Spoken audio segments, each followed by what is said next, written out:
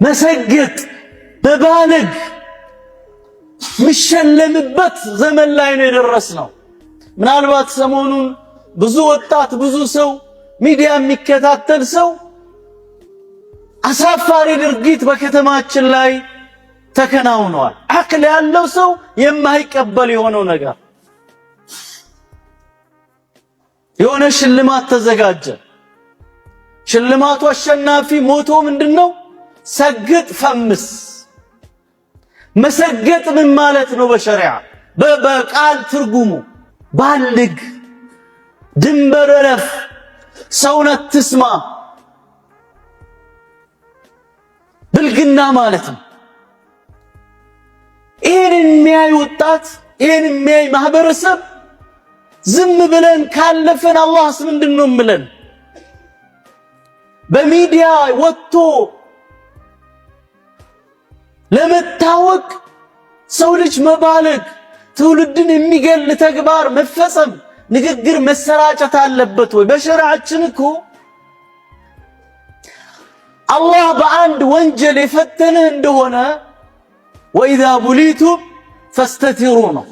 መሰተር ነው ያለበት፣ መደበቅ ነው ያለበት። يقول النبي صلى الله عليه وسلم كل أمتي معافى إلا المجاهرين أمتوچن الله ይቅርላችኋል ሁሉንም አሉ። እነማን ሲቀሩ? ደብቆ ማዕሲያ ወንጀል ሰርቶ ከዛ በኋላ አደባባይ ወጥቶ ይውልኝ ብሎ እንደ ጉራ ያንን ወንጀላቸውን የሚነዙ ሰዎች ሲቀሩ አሉ አላህ አፉ አይላቸውም አሉ። የት ነው ያለነው? ታላላቅ የሚባሉ በእድሜ የገፉ ሰዎች እንኳን ቆሞ እዛ ቦታ ላይ ለዛ ሲያጨበጭቡ ስታይ፣ ብዙ ሙስሊም ወጣቶች እዛ አይነት ትሬንድ ውስጥ ገብቶ ስታይ ወዴት ነው እንደ ሀገር እየሄድን ያለነው? እንደ እስላም ስነ ምግባርኛ ትልቁ ቁንጮ ጉዳያችን ነው። الرسول صلى الله عليه وسلم ምንድነው ያሉት?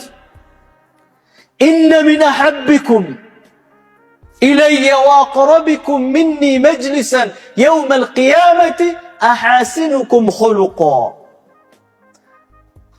ከኔ ዘንድ ቅርብ ቦታ ቂያማ ቀን የምትሆኑት እኔ ዘንድ ተወዳጃችሁ አሉ መልካም ስነ ምግባር ያለው ሰው አሉ።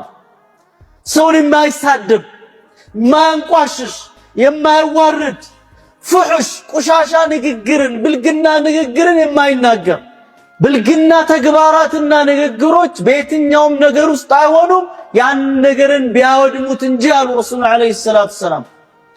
ሐያ ሕሽማ ክብር የሆነ ነገር ውስጥ ካለ ደግሞ ያንን ነገርን ያሳምረዋል አሉ። የኢየሱስ ስም ሲነገራቸው የሚያማቸው ሰዎች እበዱ ሲባሉ ሰግጡ ሲባሉ አሜን የሚሉ ትውልዶች አላያችሁ? ለመፈመስ ሰግጥ በሚባልበት ደድብ በሚባልበት ይሄ መንፈስ ነው። ተቃወሙት። ይሄ እምነት፣ ባህል፣ ወግ፣ ስርዓት ያለውን ህዝብ ለማጥፋት ሚሽን ይዞ የወጣ መንፈስ ነው። ተቃወሙት። ዝም ብለንማ እንዴት እንደድባለን? ዝም ብለንማ እንዴት እንሰግጣለን?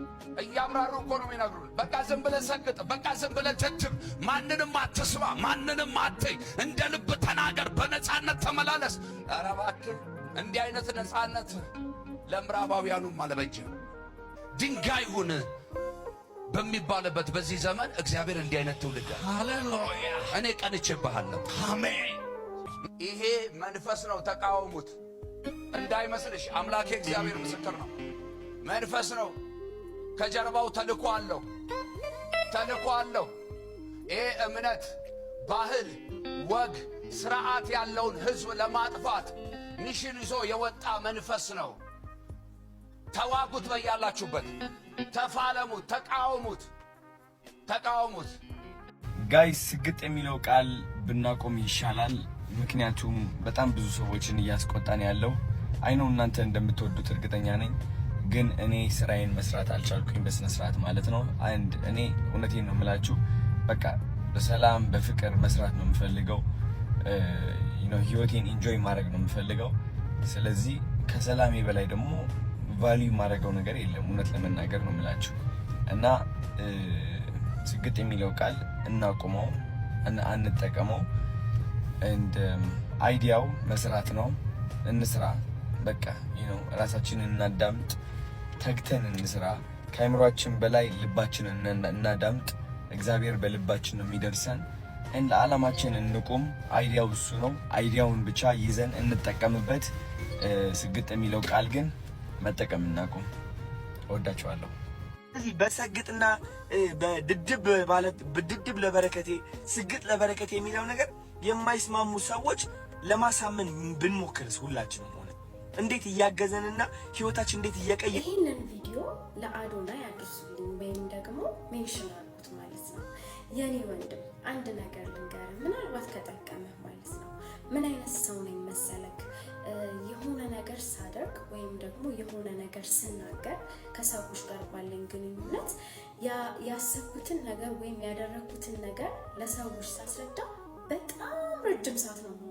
በቃ ሰዎች የሚረዱኝ ስለማይመስለኝ እንደዚህ ማለት ፈልጌ እኮ ነው፣ እንደዚህ ለማድረግ እኮ ነው እያልኩኝ በጣም አስረዳለሁኝ ማለት ነው። እና ከሀሳቤ ጋር እንዳይተላለፉ ብዬ ማለት ነው። እና የሆነ ጊዜ ላይ ምን አነቃኝ፣ ውስጤ ያለውን ነገር ለማስረዳት ብዬ በጣም ራሴ በቃ ኢነርጂን ሳባክን ስጋጋጥ በጣም ዋጋ ስከፍል አየሁኝ። ለዛ ነገር ሳላቅ ሰዎች እንዲረዱኝ በሚል ስሜት ውስጥ ተጠምጄ ማለት ነው። እና ሰዎች ደግሞ በባህሪያቸው መረዳት የፈለጉትን ነው የሚረዱት። አንተ ምን ማለት እንደፈለግክ እንኳን ምንም ቢገባቸው እንኳን እነሱ ግን መስማት የፈለጉትንና መረዳት የፈለጉትን ነገር ነው መዘውም የሚሰሙትን መዘውም የሚረዱት። እና እኔ ምን አየሁ ዛሬ እንኳን ከነጋ 2 ጊዜ ሰዎች እንዲረዱክ ባለ ሀሳብ ላይ ስታስረዳ ይሁን ማስረዳትክ ምንም ጥያቄ የለውም፣ መልካም ነገር ነው። ምክንያቱም ኮንቴንትህም ነው። ግን የሆኑ ሰዎች ሚዲያ ላይ ያሉ ሰዎች እየተነሱ የሆነ ነገር ካንተ ተቃራኒ ሆኖ ሲናገሩ ስታይ ምናምን ወጥተህ ኖ ሐሳቤን ተረዱኝ፣ እኔ እኮ እንደዚህ ማለት ፈልጌ ነው ምናምን አትበላቸው። ስላልተረዱህ አይደለም፣ ባይዘው መረዳት ስላልፈለጉ ነው። እና መስማት የፈለጉትን ነው የሚሰሙት። ሲቀጥል ደግሞ ካንተ ተቃራኒ መሆን ደግሞ ለነሱ አቴንሽንም ነው። ገብቶሃል አይደለ? ስለዚህ ሰዎች መረዳት የፈለጉትን ስለሆነ የሚረዱት እነሱን በማስረዳት ጊዜህን አታባክን። ግን ያለው ነገር አንተ ውስጥ ያለው ነገር ልክ ነው ወይ? ያልኩት ነገር እኔ ጋር ሲታይ ልክ ነው ወይ? ይህን ብቻ ነው ማወቅ ያለብን። ልክ እንደሆንክ ከተሰማ እግዚአብሔርን የማያሳዝን ያልሆነ ነገር ይሁን እንጂ ምንም ነገር አድርገው፣ አውራው፣ ተናገረው እንደዚህ አይነትን ሐሳብ ካንተ በላይ የሚያንጸባርቅ የለም። ግን አንዳንድ ጊዜ ሳናስበው በሰዎች እንጠመድና ራሳችንን በጣም ስናደክም እንገኛለን። እና እንደዚህ አይነት ስሜት ያየሁብህ ስለመሰለኝ ነው። ከጠቀመህ ብዬ ነው። ሜቢ አመሰግናለሁ። ቅናት ነው። ዮኒ ማኛ እውቀት የለውም። ዮኒ ማኛ ራሱ ይሄ ነገር ስራዬ ላይ ችግር እየፈጠረ ነው። የምን ስራ አለ አዶናይ? ስራን ብትነግረን ይሁን ጋር እኔ ካናዳም እያለ ባዶውን የገባው ኢትዮጵያ ምንም ነገር የለም። እውነቱን ነው የምነግርህ።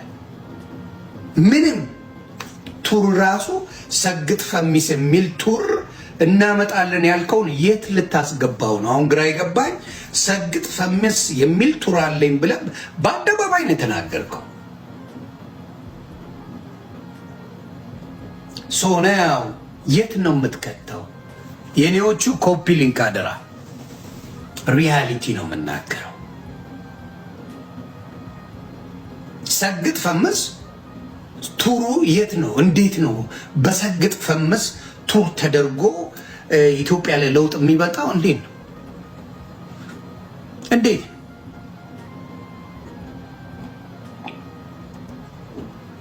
ለፋራ ፍምስና ከሰጠኸው ይዞት ገደል ይገባል። ጮኻችሁ ዋይ ዋይ አላችሁ፣ ቅናት ነው አላችሁ፣ ሁሉን ነገር አላችሁ። ዘንቧጥ ነው ምን ይዘልላችሁ ነው ሰግጥ ፈምስን የምትሄዱት? ቱር የምታረጉት ወዴት ነው የምትሄዱት?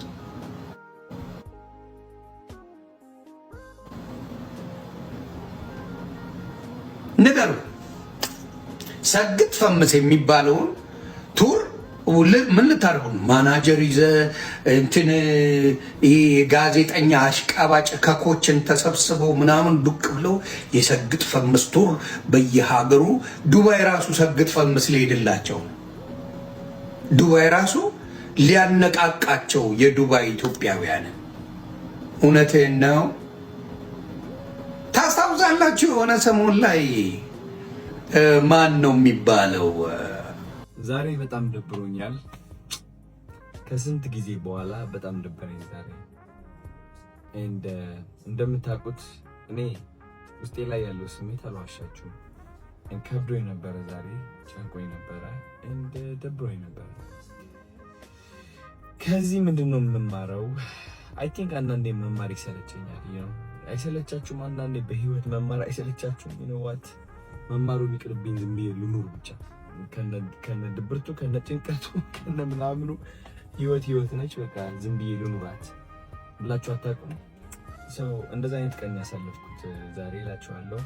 ግን አዶናይ ነኝና መማር ወዳለሁ ከህይወት።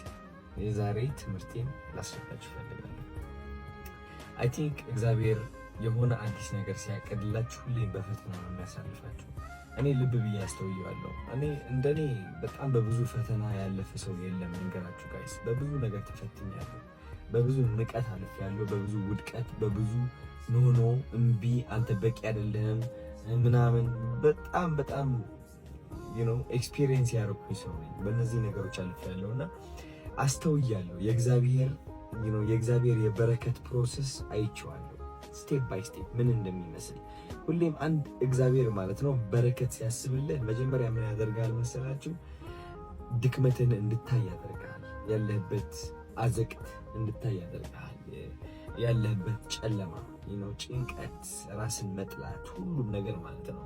ከዛ በኋላ ምንድነው የሚያደርገው እግዚአብሔር? በእነዚህ ድክመቶችና በእነዚህ ያስተዋልካቸው ጭንቀቶች ወረቨር ህይወት ላይ ያለ ነገር እንድትሰቃይ ያደርጋል። እንድትሰቃይ የሚያደርግህ ግን እንድታስተውል ስለሚያደርግህ ነው። እያስተዋልካቸው ነው የምትቀጥለው። እየተሰቃየ እንደሆነ ካስተዋልክ በየቀኑ እየተሰቃየ ትሄዳለህ። ስቃዩ ላይ ሳይሆን ማስተዋሉ ላይ ነው ያለው። ገባችሁ አይደል? ስቃዩን ማስተዋልህ ነው የሚያሰቃየ እና እግዚአብሔር ማስተዋሉን ይሰጣል። እኛ ግን የሚመስለን ምንድነው? እግዚአብሔር ወይ ለምንድነው የምታሰቃየኝ እንላለን። ግን ችግሩ ያላወቅንበት ማለት ነው እግዚአብሔር ማስተዋላችን እየጨመረው ነው። ይህ ማስተዋላችን ደግሞ ወዴት ነው የሚቀጥለው መሰላችሁ ጋይስ? ይህ ማስተዋል ወደ አዋቂነት ይቀጥላል። ስለ ህይወት ማወቅ ትጀምራላችሁ። ስለ ራሳችሁ ማወቅ ትጀምራላችሁ። ስለ ብዙ ነገሮች ማወቅ ትጀምራላችሁ። ከዛ መረጋጋትን ይከተላል። ተረጋጋላችሁ። ቢካዝ ካወቃችሁ በኋላ ለምን እየተጎዳችሁ እንደሆነ ታውቁታላችሁ። ማን እየጎዳችሁ እንደሆነ፣ ውድቀታችሁ ከየት እንደመጣ፣ ከዛስ ምንድነው የሚከተለው የሚለው ነገር ልባችሁና አእምሯችሁ እያወቀ ይመጣል ማለት ነው። እዚህ ደረጃ ላይ ከደረሳችሁ ደግሞ ተስፋ መቁረጥ የሚባል ነገር የለም። ከእውቀት በኋላ ከዛ ተስፋ አለመቁረጥ ይቀጥላል። ተስፋ አለመቁረጥን ደግሞ ምን ያመጣል? በረከትን ያመጣል። ይህ በረከት ደግሞ ከምታስቡት በላይ ትልቅ ይሆናል። እግዚአብሔር የፈለገው በረከት ይሆናል። ከዛ በኋላ ግን ከበረከት በኋላ ደግሞ ትንጥዬ ውድቀት ትከተላለች። እቺ ውድቀት ደግሞ ምንድነው የምታስከትለው? ማስተዋልን ታስከትላለች። ከማስተዋል በኋላ ደግሞ አዋቂነትን ታስከትላለች። ከአዋቂነት በኋላ ደግሞ ተስፋ አለመቁረጥን፣ ካለ ተስፋ አለመቁረጥ ወደ በረከት ማለት ነው ጋይስ። ስለዚህ ሁሌም ስቴፕ ባይ ስቴፕ ነው። እናንተ ሜቢ አሁን ድህነት ውስጥ ልትሆኑ ትችላላችሁ። መውጣት ያቃታችሁ ድህነት ውስጥ፣ ወይም ደግሞ ራስን መጥላት፣ ህይወትን አስጠልቷችሁ ሊሆን ይችላል። ሁሉ ነገር ሰልችቷችሁ ሊሆን ይችላል። ግን ማወቅ ያለባችሁ ይህ ህይወት እያስጠላችሁ አይደለም። እያስጠላችሁ እንደሆነ ነው እያስተዋላችሁ ያላችሁት። ይህ ህይወት ስቃይ የበዛበት አይደለም። ስቃይ የበዛበት እንደሆነ ነው እያስተዋላችሁ ያላችሁት። ስለዚህ ማስተዋሉን አትጥሉት። እግዚአብሔር ነው እንደ ትዕድልት እንደ በረከት ጠቅልሎ እየሰጣችሁ ያለው። ለምን? ለአዲሱ በረከታችሁ እያዘጋጃችሁ ስለሆነ ማለት ነው ጋይስ። ልንገራችሁ፣ ስቃያችን ማስተዋል የማንችል ከሆነ ጋይስ በረከታችንን ማስተዋል አንችል። ልብ ብላችሁ ተገንዘቡልኝ። ስቃያችን የማስተዋል አቅም ከሌለን፣ ድክመታችን ጎዶሎነታችን የማስተዋል አቅም ከሌለን፣ ጥንካሬያችንና ስኬታችን የማስተዋል አቅምም የለንም። ስለዚህ እኔ ሁሌም ኦፍ ኮርስ ዛሬ አሁን ወድቅ ያለው ብዬ አስባለሁ። ያጋጠመኝ ነገር አለ። ገባችሁ አይደለ? የሆነ የደበረኝ ነገር አለ። አስተውየዋለሁ። ግን ይህ ውድቀት አስተዋልኩት እንጂ ይህ ውድቀት የኔ ሆኖ ለዘላለም አይቀጥልም። ማስተዋሌ ነው ዋናው ነገሩ። ካስተዋልኩኝ በኋላ ደግሞ አውቀዋለሁ እንዴት አድርጌ እንደምወጣ ከዚህ ውድቀት ካወቅኩኝ በኋላ ደግሞ ተስፋ አልቆርጥበትም ብዬ እቀጥላለሁ። ገባችሁ አይደል? ከዛ መጨረሻ ምን ይመጣል? በረከት ይመጣል ማለት ነው። እንደዚህ ነው ጋይስ፣ የእግዚአብሔር በረከት በዚህ ሰዓት በጣም እንደምወዳችሁ ማወቅ አለባችሁ ከምታስቡት በላይ። እሺ እግዚአብሔር ነው የምላችሁ፣ እንደኔ ነው የምወዳችሁ እናንተ የኔ መስታወት ናችሁ እናንተ። በደንብ ነው የምወዳችሁ። ጋሽ ሰለሞንን መኪና እንገዛላቸው በጣም እየጠበቅኩኝ ነው ጋይስ፣ እንዳትረሱት። ወዳችኋለሁ። እሺ ነገ እንገናኝ። ትልቅ ሰርፕራይዝ አለኝ ነገ። የሚገርም ብሎግ ነው የምንሰራላችሁ። በጣም ጠብቁኝ። ወዳችኋለሁ። እሺ ጭንቀት ያለ ነገር ነው፣ አትጨናንቁ አላችሁ። አስተውሎት። ጭንቀት ከጭንቀት በኋላ ማስተዋል፣ ከማስተዋል በኋላ እውቀት፣ ከእውቀት በኋላ ተስፋ ለመቁረጥ፣ ከተስፋ ለመቁረጥ በኋላ በረከት። የአዶናይ ጉዳይ ምናልባት መላ ዓለምን ሲያነጋግር የነበረ በአፉም ሳት ያለባቸው አጋጣሚዎች እንደነበሩ የሚዘነጋ አይደለም። ከዚህ ከቲክቶክ አዋርዱ በፊት ማለት ነውና እንግዲህ ሲላቸው የነበሩትን ነገሮች መልሶም በይቅርታ ሲመለስ የነበረ ነበር።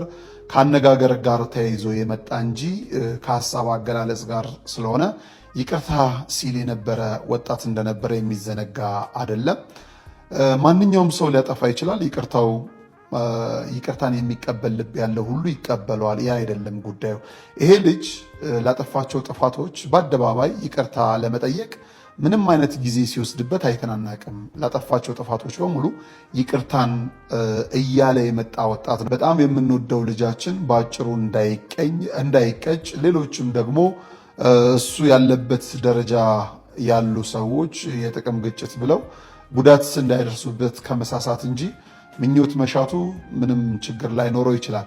ዞሮ ዞሮ ይሄ ልጃችን ይሄ ወንድማችን ይቅርታ ለመጠየቅ ጊዜ ሲወስድበት አይቻላቅምና ለሚያጠፋቸው ጥፋቶች ኃላፊነት በመውሰድ ይቅርታን ይጠይቃል።